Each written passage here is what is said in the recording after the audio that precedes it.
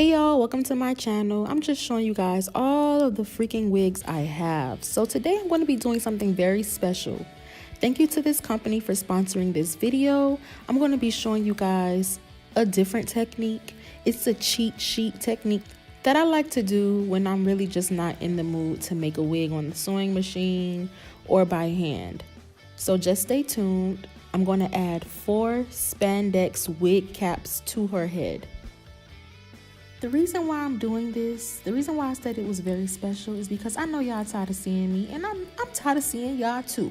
I'm tired of y'all seeing me too. So this is a hard-working mother, and I really appreciate her grind. I'm here for her hustle, and I just wanted to show her some love. And I've only been knowing her for a short period of time, but she has a beautiful spirit. And I just wanted to, do something nice for her. So I told her to just come over to my house and I was going to do her hair. And along with me doing her hair, I'm showing y'all something very easy to do, something that is cheap to do. One of my little hidden secrets, one of my little cheat sheet techniques. I do this when I'm really just not in the mood to make a wig. By the way, please go subscribe to her channel and show her the love that you guys have been showing me. I'm going to tag her name in the description box. Make sure you go subscribe and leave her lots of comments and show her some love. So I wanted to show y'all this technique, and I also wanted to just be a blessing to someone else. So we're just going to jump right into it. Once you have sewn the closure on like you normally would, you're just going to spray the cap down with some Gots to Be holding spray or any holding spray or spritz that you may have. The reason for doing this is because it's going to create a barrier for where the bonding glue isn't going to seep through into the hair, your natural hair.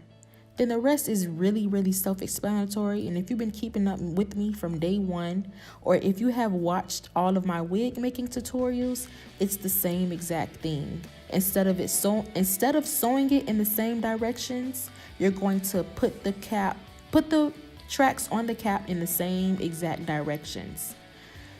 Every now and then, you're going to have to get your blow dryer and blow dry it, of course, so the glue can dry completely, because sometimes the glue doesn't completely dry and the tracks start to slip off. So just glue it down, blow dry it, and make sure it's dry and move on. I've done this technique many times on myself.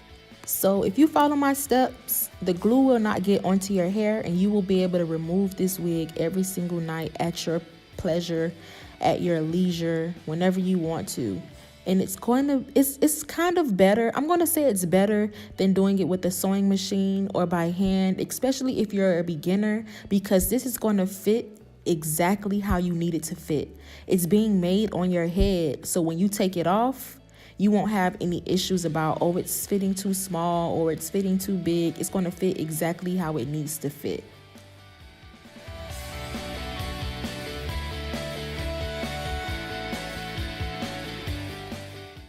Watch me now. I know y'all probably thought I was lying, but boom, no glue on her hair, period.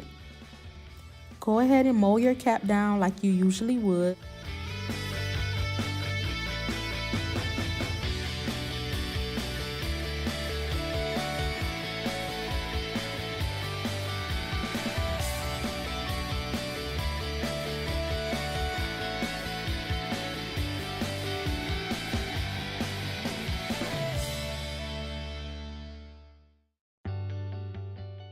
This closure did not come with the knots already bleached, but I did bleach the knots on this closure.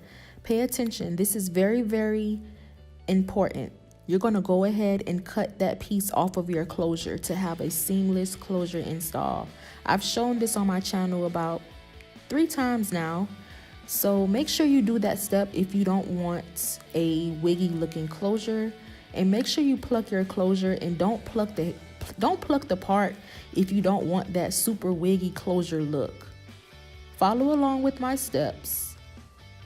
Follow along if you want these results.